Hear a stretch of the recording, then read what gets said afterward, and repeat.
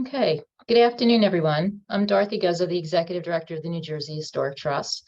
Welcome to our Grantee webinar. We are recording this, and the recording will be available sometime next week. So if you need to review anything, you'll be able to refer back to it.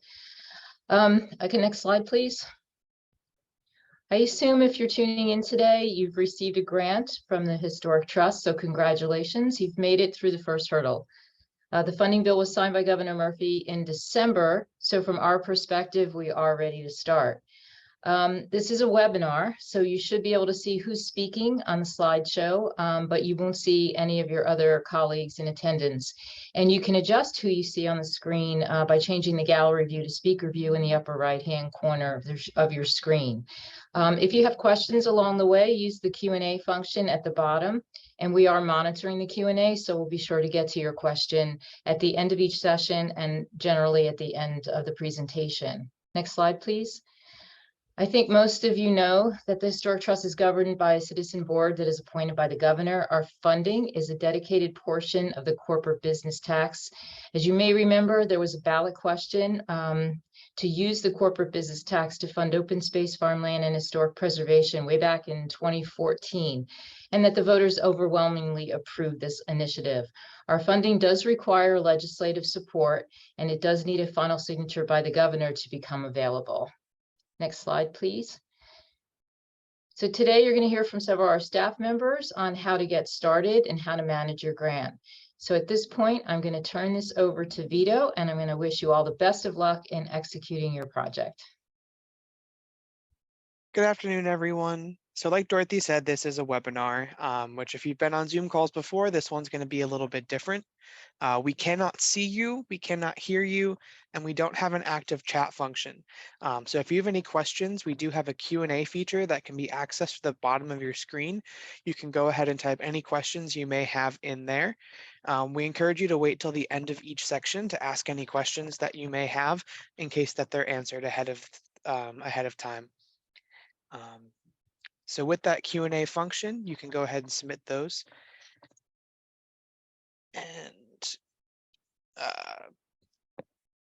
sorry, repeating my script twice. Next slide, please.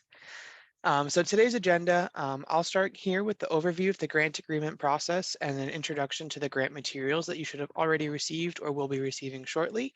And then the rest of my staff here at the Trust will continue through discussing how we execute the grant agreement, how we define the scope of work for your grant agreement, any archaeological requirements, how to administer an active grant, how to close out a grant, and talking about some publicity for your project, and then a general Q&A at the end for any questions that you might have. Next slide, please. So the main outline of the grant agreement process can be seen here on your screen, and congratulations, you guys have already completed step 1, which is coming to this workshop.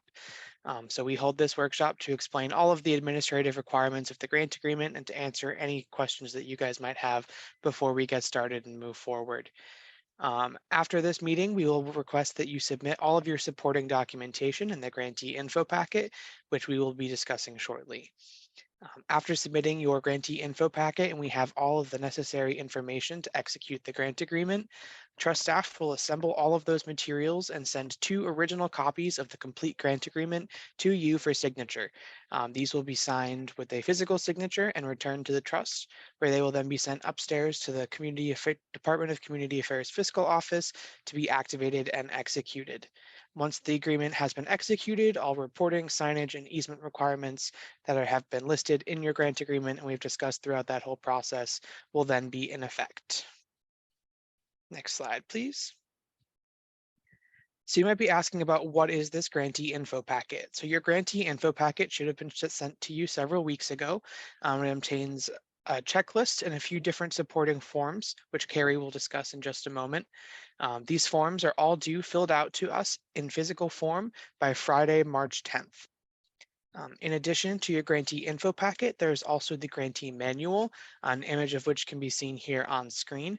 And if you'd like to go to the next slide, please, for me.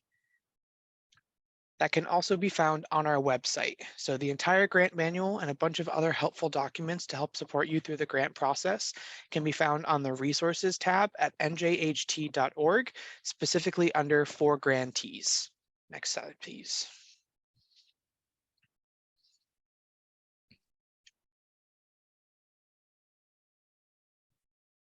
Okay, hi everyone. My name is Carrie Hogan and I'm the Trust's Fiscal Officer. Today I'll be covering the checklist of documents in your grantee packet, which are needed to draft and execute your grant agreement. The quicker you get these documents and forms filled out and get them to your program officer, or PO as we call them, the faster your grant agreement can be drafted and executed. The Trust cannot process any reimbursement requests without a fully executed grant agreement. So we're going to start here. Next slide, please. So the first form in your grantee packet is the checklist. The checklist itself, along with all the items listed on it, need to be completed and returned to your PO as part of your initial grant agreement package. Please note that the checklist documents are not your grant agreement. They are simply the essential forms that we use to create your grant agreement contract. So after the checklist itself, the first item you need to provide is the letter of acceptance. The second page of the letter of acceptance needs to be filled out and signed. By signing the letter of acceptance, you are agreeing to abide by the regulations that govern this grant program, including the requirement to inform your program officer at the Trust of all new developments that pertain to your grant project. Your PO should receive copies of all documentation for review and approval before proceeding with any work. Next slide, please. So next on the checklist is the information form. The information form is critical to creating the grant agreement. Number 3 on the information form deserves special attention. It's your vendor ID number. All grantees must be registered with NJ Start, which is the state's mandatory procurement and payment system, to get a vendor number. Registration in NJ Start creates an account profile for the grantee so that checks can be issued for approved grant reimbursements. Please make sure that you enter your organization's EIN or employee identification number and a good mailing address to which you will receive your reimbursement checks.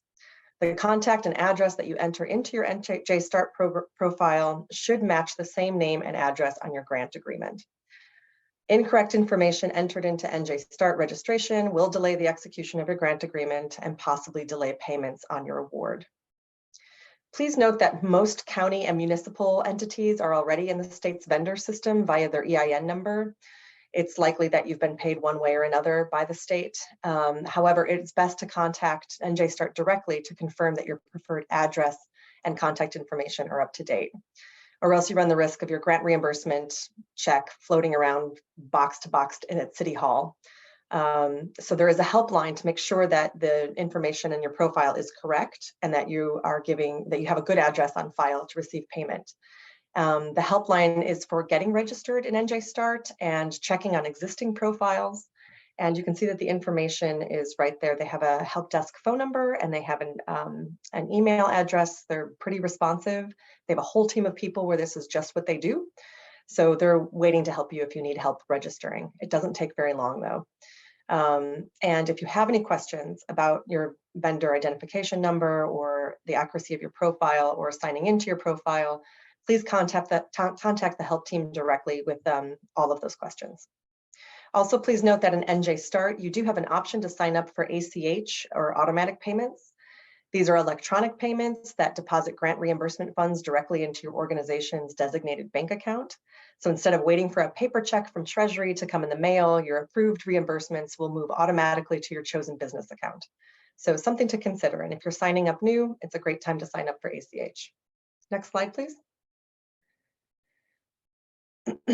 Insurance. The next item on your checklist is proof of insurance. All grantees must maintain insurance coverage for the entire term of the grant agreement.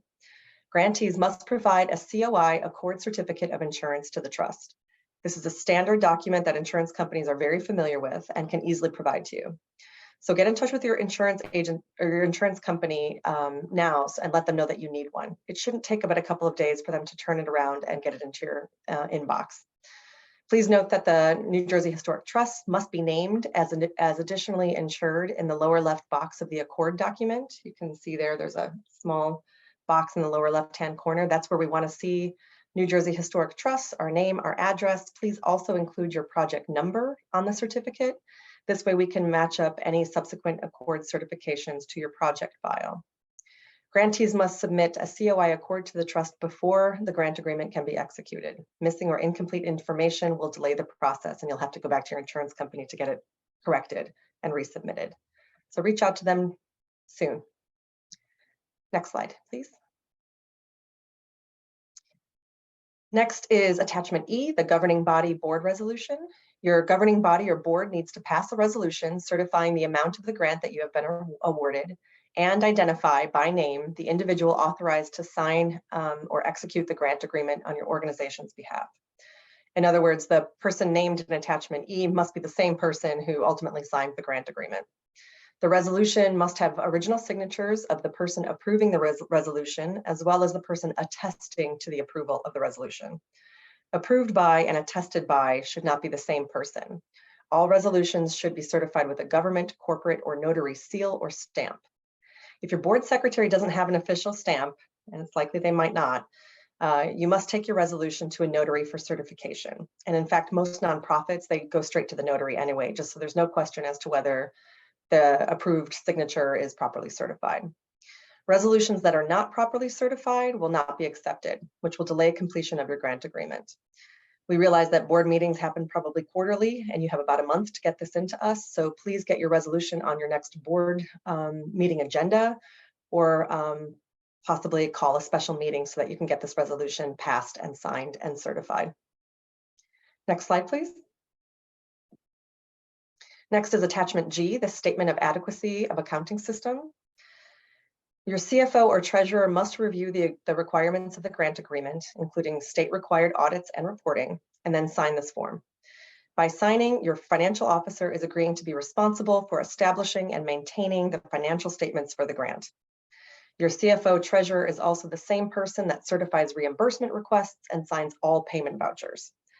Please note that your CFO treasurer that signs this attachment G cannot be the same person authorized by resolution to execute the grant agreement. This provides the necessary checks and balances of healthy accounting.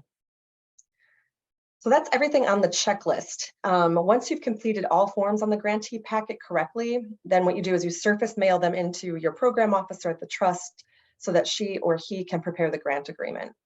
Next, as Vito mentioned, 2 copies of the grant agreement will be sent back to you for original signature and return.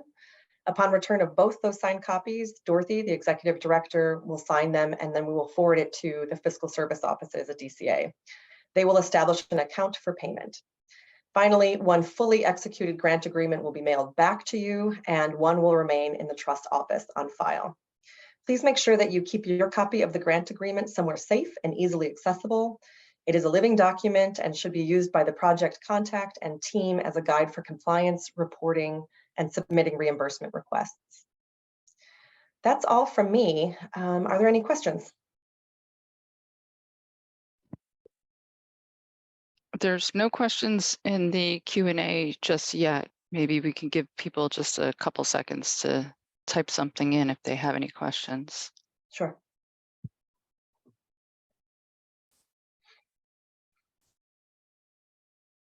Oh.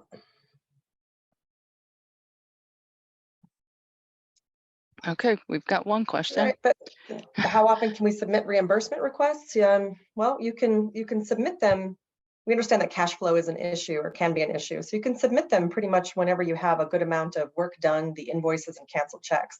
It's a reimbursement program. So we're going to need all that information from you. So, there is technically no minimum amount that you can request, but it's probably best practice to get a few paid invoices in, and then send them in to us. Carrie, this is Glenn. Yes. Sorry, but this is the HSM one. So actually there were only 2 reimbursements. Oh, I'm sorry. And I'll be going over that administering it after grant. So we'll get into detail with that. Sorry about that. Yeah. So you get 80 if you make any payment. So if you make any payment to anybody for your grant, submit that invoice to your PO officer, and then you will get 80% of your grant with the first reimbursement. We retain 20%. You'll get that 20% back when you submit your final report. Sorry for any confusion. Okay, we have some other questions now. The first one is 2 copies of grant agreement will be sent, and then we send back both copies with signatures, or just 1? You send back both copies with signatures because they still have to be signed by Dorothy and DCA Fiscal. then you'll get the fully executed grant agreement with all signatures back. Okay, and our last question we have is who should sign the grant agreement? Well, the grant agreement is typically either signed by the project coordinator or the executive director of an organization, somebody who's going to be in charge of, be intimate with the details of the project and understand the grant funds, how they're being spent, what the project is for. Typically, it's for nonprofits, it's an executive director as the executing the grant agreement. Sometimes it's a board chair. So it just sort of depends, but it should be somebody who's very familiar with the project, who will read the agreement carefully and take the responsibilities of the grant process seriously, and be able to most importantly, be able to be in contact. Somebody who's accessible for you and to this project. Okay, thank you, Carrie. There's no more questions. Okay.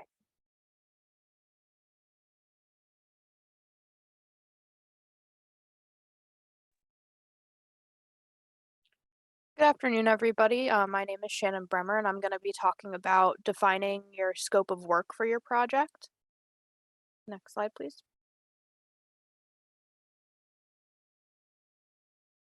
So our attachment D1, or our scope of work form, is the component in our grant agreement that establishes the project being funded, as well as the costs associated with each component of the project. All the information in the D1 is based off of the scope of work that each of you submitted last spring when you applied for the grant funding. Each program officer will begin drafting the D1s over the coming weeks, and then we'll be sending them to you to look over, so that way we can ensure that we have all of the correct information and scope items. Then once you guys take a look at that and okay it, we have your completed info packet as well, we can begin formulating your grant agreement. Next slide, please. So I'm going to briefly walk us through each component of the D1, which you can see an example of on the screen.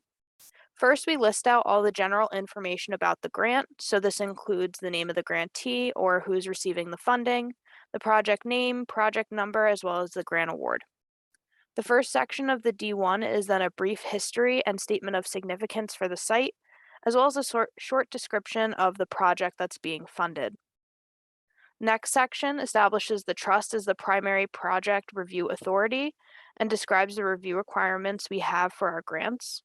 Sometimes there will be an extra party added to this. So for example, if you're matching, the match to your grant is funded by, say, another grant, whether that's from like somebody like the National Park Service, they would also be included in this section, since there's someone else that would need to review the documents as well. The third section is where we list out all of the activities being funded by the grant. So as you can see on the screen, each component of your scope of work is listed separately. I know it's a little hard to see when it's smaller print. But for example, if your scope of work is for a conditions assessment and an archaeological report, they would be listed individually under this section. This allows both you as the grantee and the trust to clearly see what deliverables you'll be responsible for at the very end of your project. Next slide. Under the third section, you'll also find a project budget section that lists the estimated costs for each activity being funded by the grant. All the amounts found in the project budget section are based off the submitted proposals from your consultants. The proposal is included as an exhibit in the grant agreement itself as well. Our HSM, Heritage Tourism, and Planning grants are reimbursed in 2 payments, as we mentioned before. The first payment is for 80% of the grant amount, and the second payment is for the final 20%. That second payment is received upon the closeout of your grant. The dollar amounts associated with those reimbursements will be provided for you in your D1 as well, so you can see exactly how much you'll get in each reimbursement. The final component of the D1 is your project schedule. These are important dates associated with your project, including the commencement date of your grant and the expiration date of your grant. I recommend keeping these on hand or posted somewhere you can see them, so that way you're aware of all your deadlines and can plan your grant-funded work accordingly. That way you're not at risk of having any problems or running into any issues later down the road. So as you can see on the screen, this is the project schedule for our 2022 HSM, Heritage Tourism, and Municipal Planning grants. The schedule is based off the day that the governor signed the appropriation bill for these grants, which in this case was December 22nd, 2022, and that date is known as the agreement commencement date. For most of you, December 22nd, 2022 will also be considered the work period commencement date. For those of you that started work prior to this date, we please ask that you provide your program officer with the date you actually began work so it can be reflected in the D1. From there, we have 18 months to execute the agreement. This is known as the agreement execution date. You must also begin work within that 18-month period.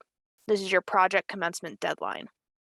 For this grant round, that date is June 22nd, 2024. We do recommend that you execute your agreement sooner rather than later, as you cannot receive your initial reimbursement until the grant agreement is fully executed. The funded project must be completed within 2 years of the agreement commencement date, so in this case, it'll be by December 22nd, 2024. The agreement itself will expire 3 years after the agreement commencement date, so on December 22nd, 2025. And this allows you for an extra year after the work is completed to close out your grant. Extensions on these grants are not assumed and are only advised in extenuating circumstances. They must be requested and then approved by our Grants and Loans Committee. So we encourage working closely with your consultant to ensure that you follow these deadlines and dates as closely as possible, because it may be hard to get an extension if your agreement expires.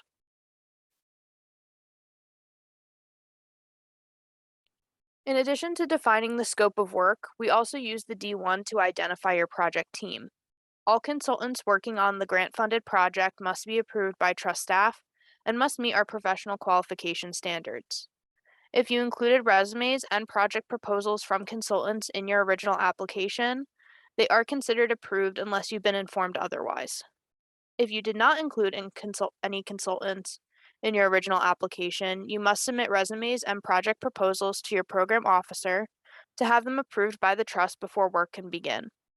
If you're unsure if your project team is appropriate or if they have been approved by the trust staff, please contact your program officer and they'll be more than happy to help figure that out for you. When you submit your initial reimbursement request, we do require a copy of a signed agreement or consultant contract, and we need to have that on file in order to process your reimbursement. So please make sure when you do submit that you have that copy of that signed agreement in that packet as well. So now I just want to bring your attention to the trust's project requirements for all funded work. All work must meet the Secretary of Interior standards for the treatment of historic properties. This is a part of your program officer's job to review the submitted work to ensure that it meets the standards. Additionally, consideration of archaeology or the archaeological potential of your site is required for all preservation planning documents. My colleague Alexis will go into some more detail about that shortly. And finally, all preservation plans and historic structure reports funded by the trust must meet the formatting and content requirements laid out in our preparation guide. It's extremely important that the grantee as well as the consultant are aware of the requirements listed out in the guide, because this is what our program officers use to review those types of documents. There is a checklist of required sections and information within that guide, so we definitely recommend looking that over. The preparation guide can be found on our website under our resources tab in the For Grantees section. If you're having any trouble locating it, please contact your program officer and they'll be happy to provide you with a PDF copy or a link to its location on our website.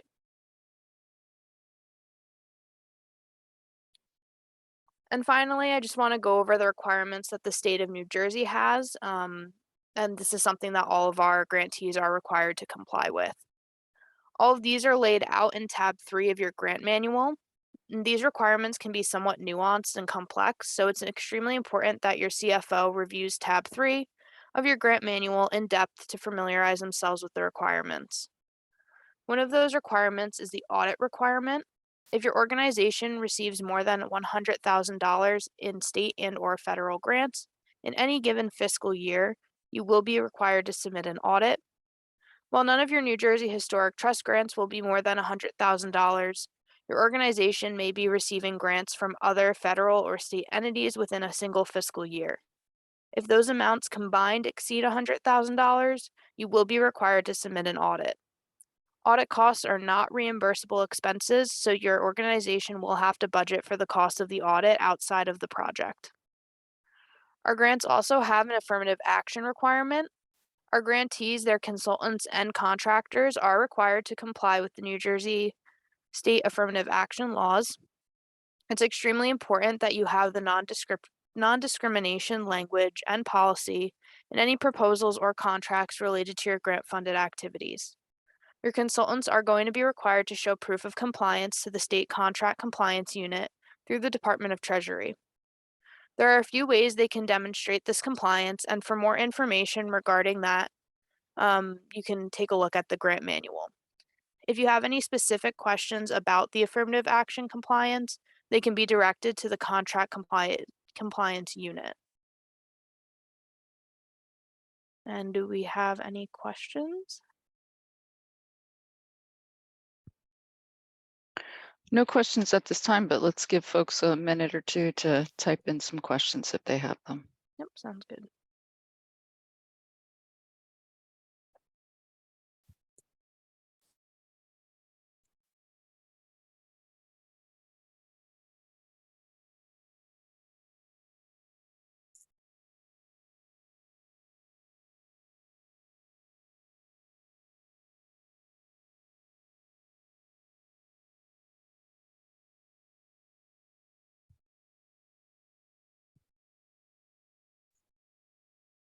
Okay, we do have a question.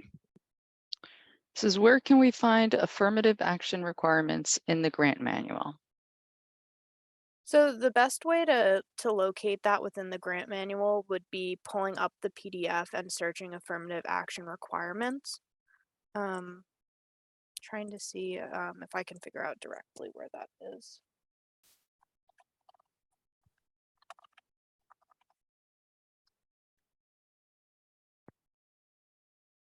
Isn't it chapter 3 as well as, I mean, the table of contents list out where that will be. So again, if you go to the website to pull up the grant manual, it'll direct you that way as well.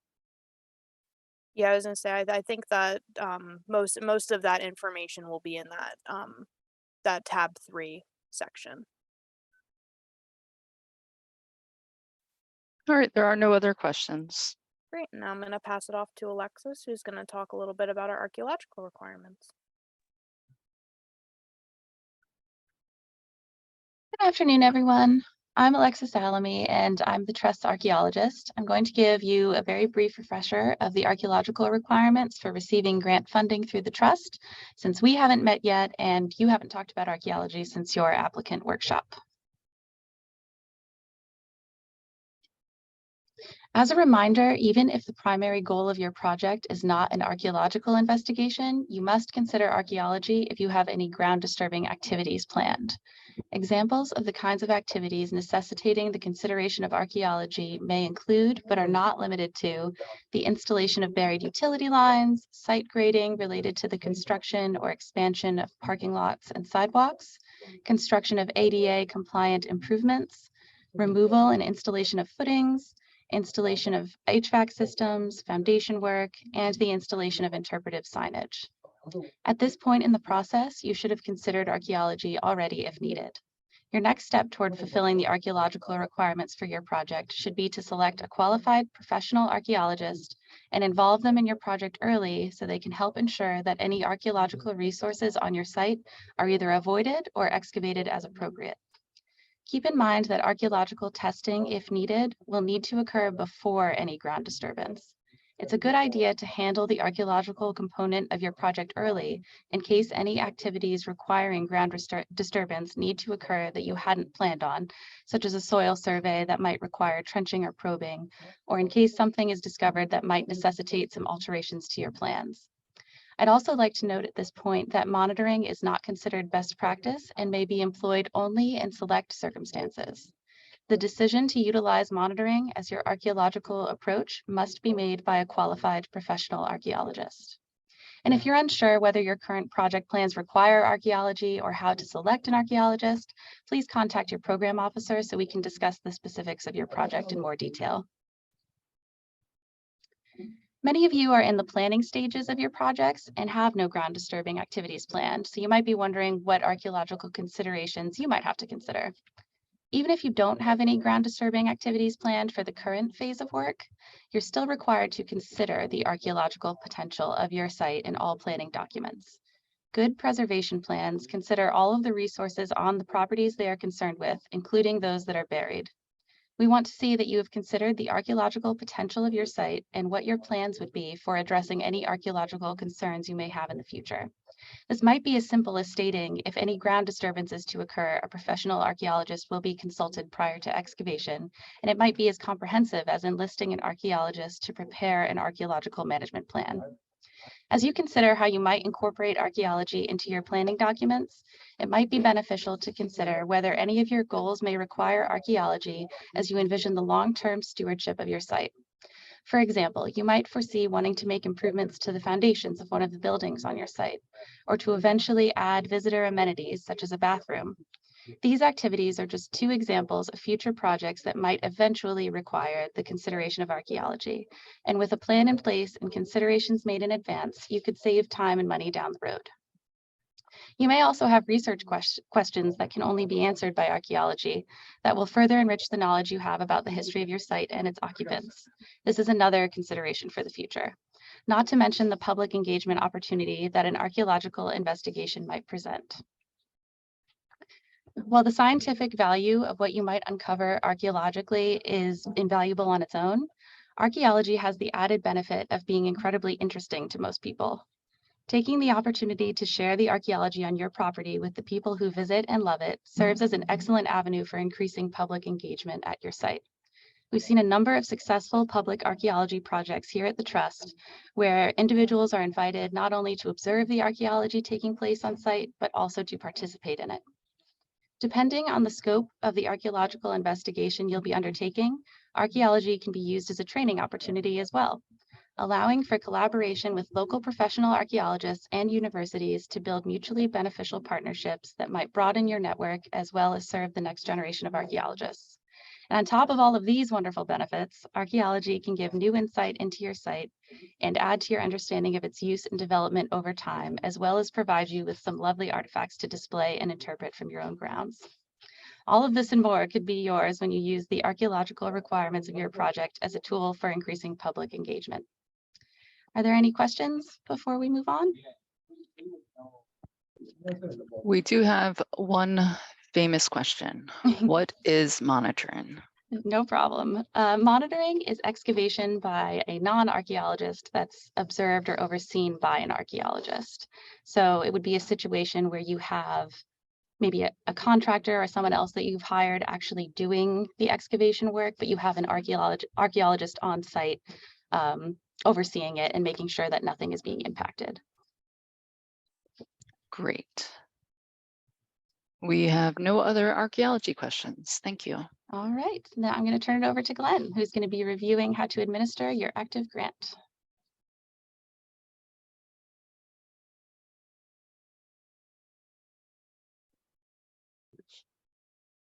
Hello, everyone. My name is Glenn Saponis, and as Alexis just said, I'll be going over how to administer an active grant. Now, everything I'm about to go over is covered in detail in the grant manual. It's chapter 4 of your grant manual, including all examples of completed forms like reimbursement requests and stuff like that. So again, this is a quick overview. More detail, you should go to chapter 4 of your grant manual. Next, please.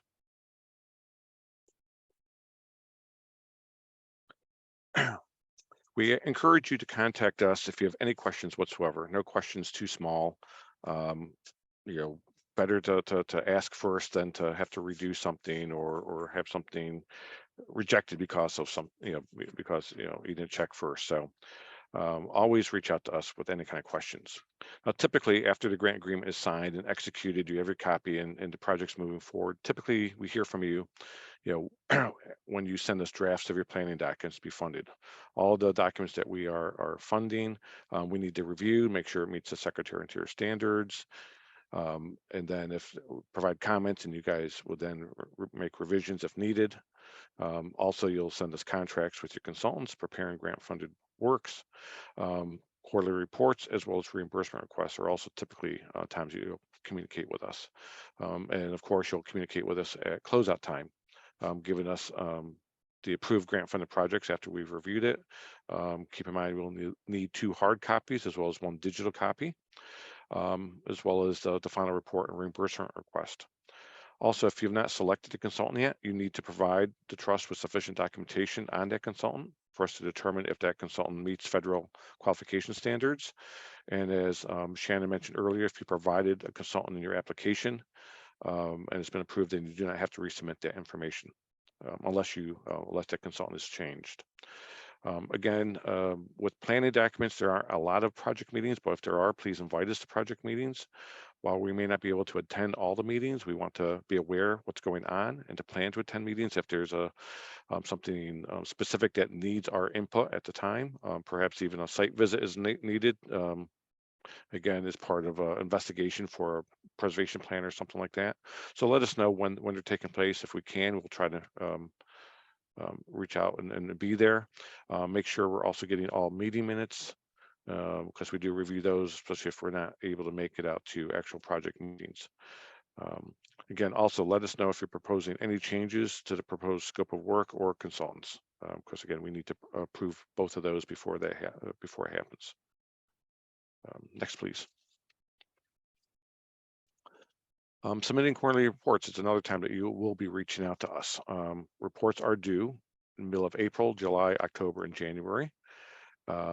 The quarterly report is the attachment C1 of your grant agreement, which again, you'll be receiving back fully executed. And basically it's your, the first 2 pages of the C1 is your report, your quarterly report. The following pages is part of your reimbursement request. So the checklist of items include for your report a narrative, a team list, project schedule, and the project contact will then certify that these are all up to date and correct. Depending on your particular project, the narrative section may be a paragraph or 2, if that at all, depending on where you are in your project.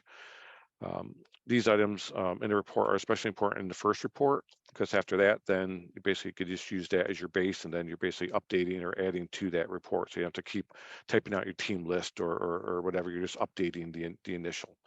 And again, these forms are also available via our website, so that you could actually type into the forms themselves. The quarter reports that don't include the reimbursement, like I said, consists of the first 2 pages of the form.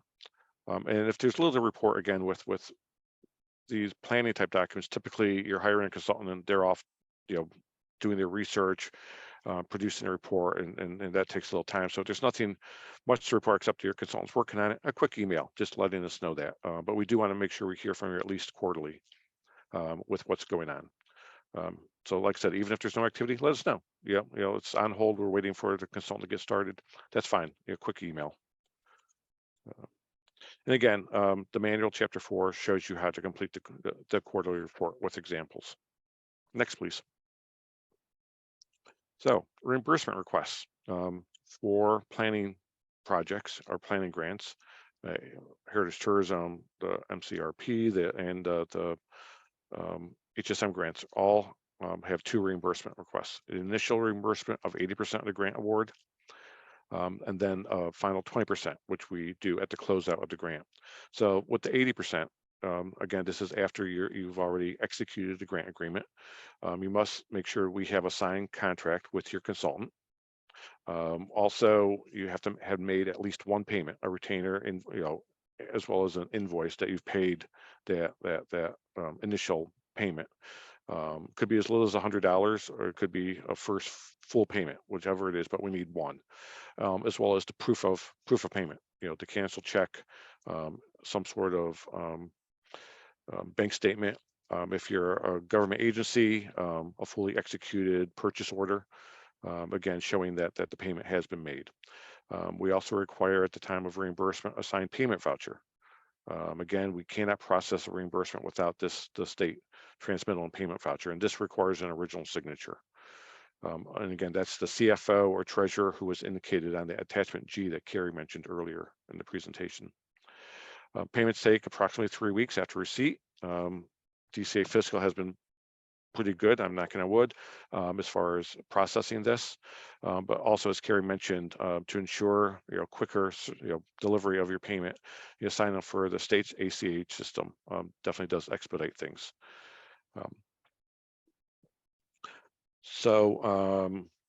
The final 20% of the grant will be reimbursed when you close out the grant, and we have approved and accepted all documents funded by the grant, and the consultants have been paid in full.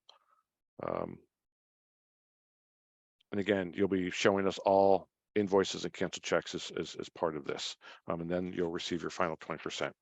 Next, please. Another time that you're dealing directly with your program officers is work product review. You are submitting work products to the trust in draft form for review and comment. Planning documents such as the preservation plans or HSRs, also construction drawings and specifications. All of this needs to be reviewed by the trust before it goes final. We do ask that you allow at least 4 weeks for review. Again, the final work product will be produced after incorporating the trust comments. We do strongly encourage that all preservation planning documents include consideration of archaeology, as Alexis mentioned. And all preservation plans and HSRs must comply with those guidelines that Shannon had mentioned, presented in the preparation guide. This document is available on our website. The checklist, again, please work with your consultants to make sure that all aspects are being addressed. And if something is not, doesn't seem applicable, then say that so we know that you're purposely skipping over it because it's not applicable, not because you missed it. We will be reviewing that and getting back to you if we're not seeing certain sections completed. The substance of each section is meant to, again, help guide you through as stewards of the resource, so the information should be sufficiently detailed and complete to allow you to make decisions. Again, if sections are missing from the draft, we will require the documents to be revised to include that. And again, all that has to happen before you get your final 20% reimbursement. Next, please. The next thing I want to touch on is amending the grant agreement. There are times when a grant agreement needs to be amended. If the project is not on track, the grant agreement can be amended to allow you an opportunity to complete the project. If there's a change to the schedule for any reason, a change to the scope of work, or a change in the consultant or contractor, you must request a grant agreement to be amended. And again, you should be in communication with your program officer throughout this period, so it's not a surprise. We know something's coming up or there's been some delay. But again, if any of these things do need to change, we do need to make a formal request to our Grants and Loans Committee. That's the attachment D2 of your grant agreement. And again, the request will be reviewed by the Grants and Loans Committee at their quarterly meeting, and you'll be informed of whether it's been granted or not. We also understand there are times when delays are caused by circumstances beyond your control, but to the fullest extent possible. However, you should make sure that your project stays on schedule, because again, as Shannon mentioned, getting an extension is not guaranteed. The Trust Grants and Loans Committee will not automatically grant that extension, and it needs to be fully justified. And remember too that your grant management history is part of future grant application evaluation. So, trying to stay on track the best you can is important. Next, please.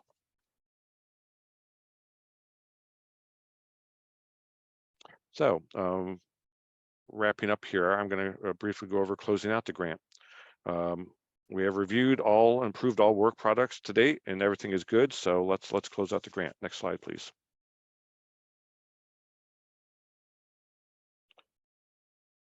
So for HSM Heritage Tourism and MCRP grants, you'll need to submit all final deliverables from your approved scope of work, items to your program officer at the trust. Again, if it was a preservation plan and national register nomination, whatever it is, all the final work and products need to be submitted to us and approved. You'll also be completing the C2 form, which is the final reimbursement request and report. Again, following the checklist on that. A final narrative and pictorial report, if appropriate, again, depending on what your project is, as well as all final financial documents is required. Again, all invoices, canceled checks that you haven't already submitted as part of your initial reimbursement. You'll also need to submit another payment voucher, again, original signature, in order for us to process that final 20% payment. Again, instructions and itemized checklists can be found in the C2 section in your grant agreement. And this is, again, is covered in Chapter 4 of your grant manual. Once all the elements of the final reimbursement report and request for reimbursement have been accepted and approved, you will receive that final remaining 20% of your grant award. Keep in mind that, again, you need to make all payments, total project costs need to be paid before you get that final 20%, because we need that final, not just invoice, but payment that just shows you've made the final payment. So I mean, at that point in time, it really is a reimbursement because you've already made all payments at that point in time. And again, just as a reminder, for all the documents, preservation plans or HSRs, archaeological reports, we need 2 hard copies and 1 digital copy to close out your grant. All right, we have a list of questions, I see. Yes, we do have some questions here. So the first one is, who is responsible for preparing and sending over the quarterly reports?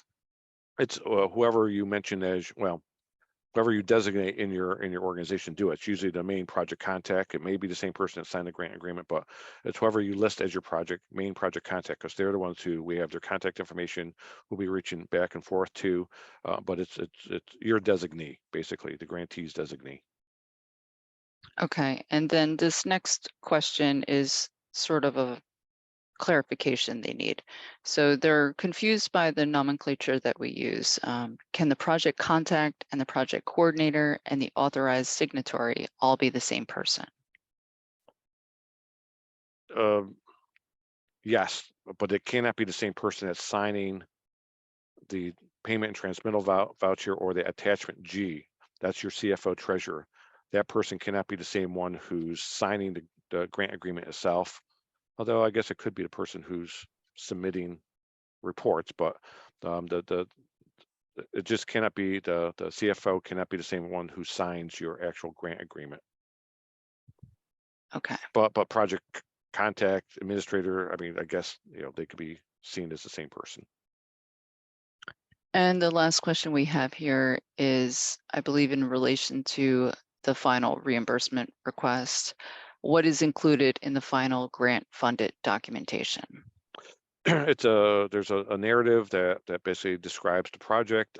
You'll be providing all additional financial information, the invoices and canceled checks that you did not include in the initial one, as well as any media minutes that may have been taken throughout the grant project, and finally the final work product.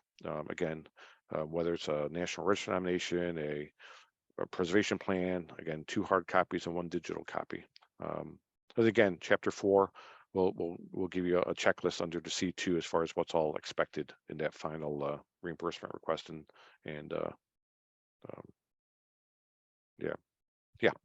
Great. That's all the questions we have right now. Well, let's turn it over to Ashley to talk about advertising and publicizing your project. Great. Good afternoon, everyone. I want to thank you all for hanging in there. You've received a lot of information this afternoon, but we're in the home stretch. So once again, my name is Ashley Parker. In addition to being a program officer, I am also the communications coordinator here at the Trust. So I'm just going to go over how publicity can play an important role in your project. Okay.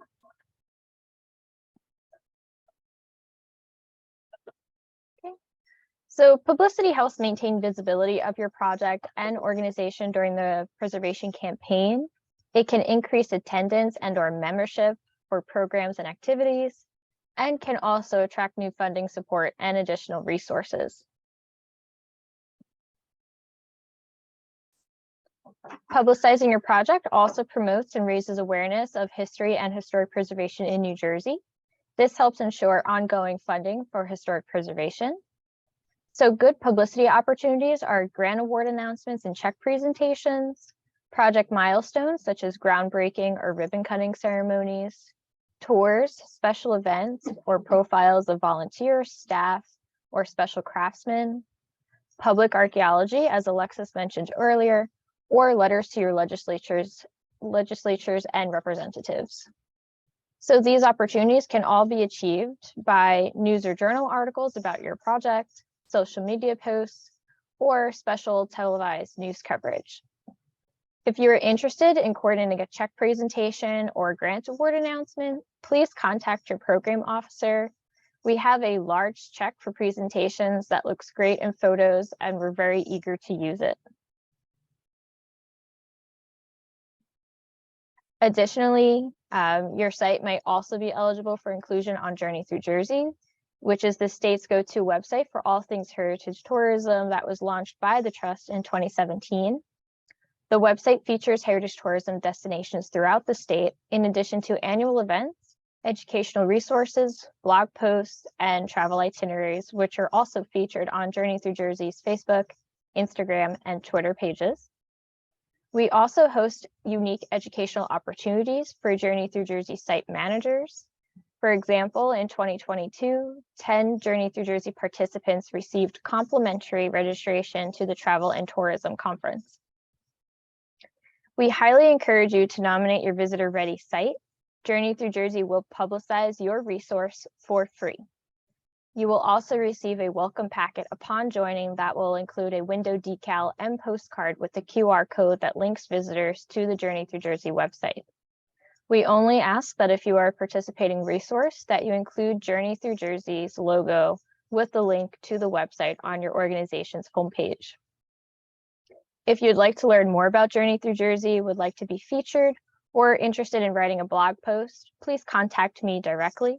My contact information can be found at the end of this presentation and on the Trust's website. So stay in touch with us help you promote your project. The Trust is active on Facebook, Twitter, Instagram, and LinkedIn. We encourage you to tag us in your posts, send us news coverage, progress photos, events, or any other content that you would like us to share. There are no guarantees, but we do try to post as much as we can. We also kindly ask you to reshare our posts and link to our website in order to help us raise awareness about funding opportunities and historic preservation in New Jersey. So at this time, I'd like to turn the presentation back over to my colleague, Judy, to address any last-minute questions that you might have. We don't have any questions in the Q&A right now, but let's give it a minute in case anyone has any final questions.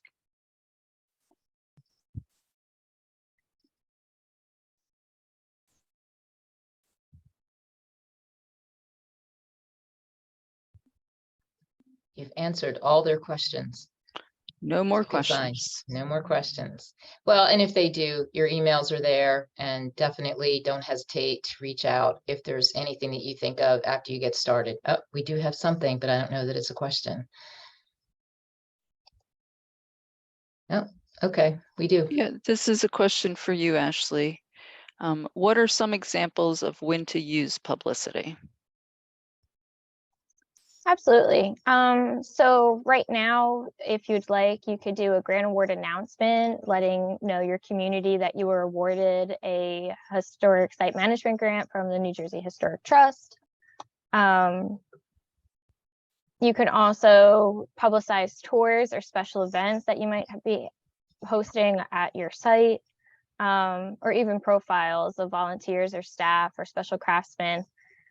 You can also write letters to your legislatures and representatives, thanking them if they submitted a letter of support and just letting them know that your site was awarded a historic trust grant, are all good publicity opportunities for you to pursue. Great, thank you. I don't see any other questions. So with that, I think we're going to say good luck. Don't hesitate to call us, and we wish you all well in executing these projects. So thank you all for joining us. Thank you very much for hanging on till the very end. And we're looking forward to working with you. Thank you, everyone.